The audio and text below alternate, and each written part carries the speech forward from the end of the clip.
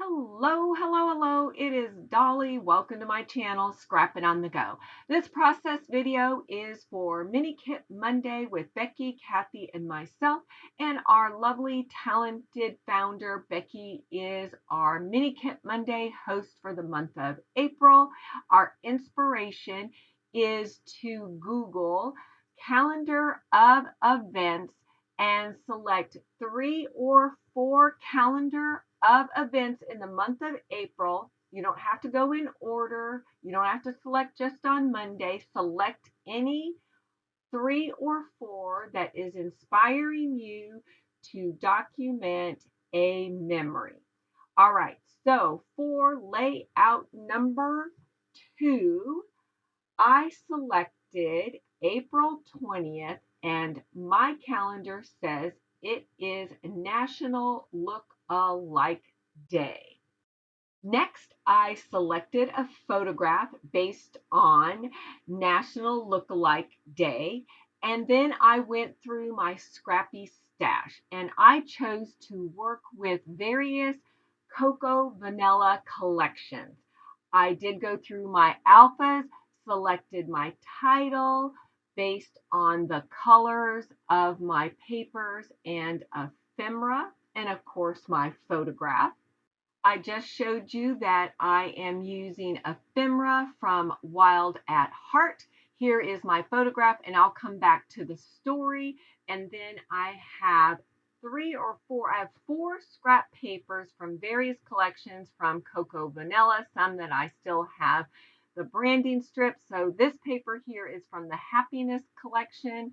This next 10 by 10 paper, I don't remember what collection that is from. This next chevron pattern paper is from Wild at Heart. And then I have one 12 by 12 paper from Close to My Heart, which will serve as my foundation layer. Now I'm going to build my background layers. My original thought was just to cut these miscellaneous pattern papers from various collections from Cocoa Vanilla in squares and oblongs and just layer them behind the photograph. And then I thought, no, let me do something different. And I decided that I was going to build different strips on the right and left side of my foundation layer, and then have my photograph to the upper left of my layout. I don't show the entire process. I just show you how I get the first layer started, and I just cut strips in wonky angles, and I tuck them under the first strip, as you can see now. Then I am using the Distressed Oxide in Abandoned Coral to do some smushing, kissing technique to this foundation layer. Love how that turned out.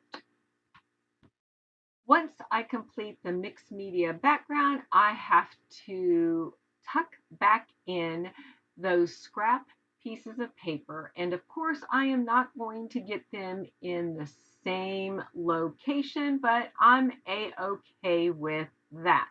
Then I will bring back my photograph.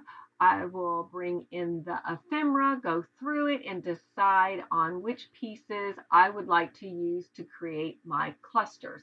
Why I am just a little bit ahead of myself, I want to remind you that I will have Kathy and Becky's link to their YouTube channel listed below, so you can see what they created this Monday. Also, regarding the photograph, this is my husband and our little guy, which he's not so little anymore because he is 13. In this photograph, I think he's about 1.5, and they are both wearing fishing hats that are identical, which the fishing hat that is on our little guy is my fishing hat. And I have never scrapped this memory. I am so happy that I found this photograph. I am so happy for the challenge that Becky provided us in April, because I would have not gone through my older photographs to see what I could find for National Lookalike Day. Thank you, Becky. All right, so you can see I created a cluster in the upper left-hand corner of the photograph with two flower pieces and a die cut that says, "This makes me happy." My title says, "Twins, you make my heart sing," right below the photograph. And then that little round ephemera piece that you can see in the lower right hand corner, I do move that up to the title, and it says, "Cherish these moments." And I change that little embellishment cluster in the lower right hand corner to include a frame, paper frame right there, a little film strip die cut piece.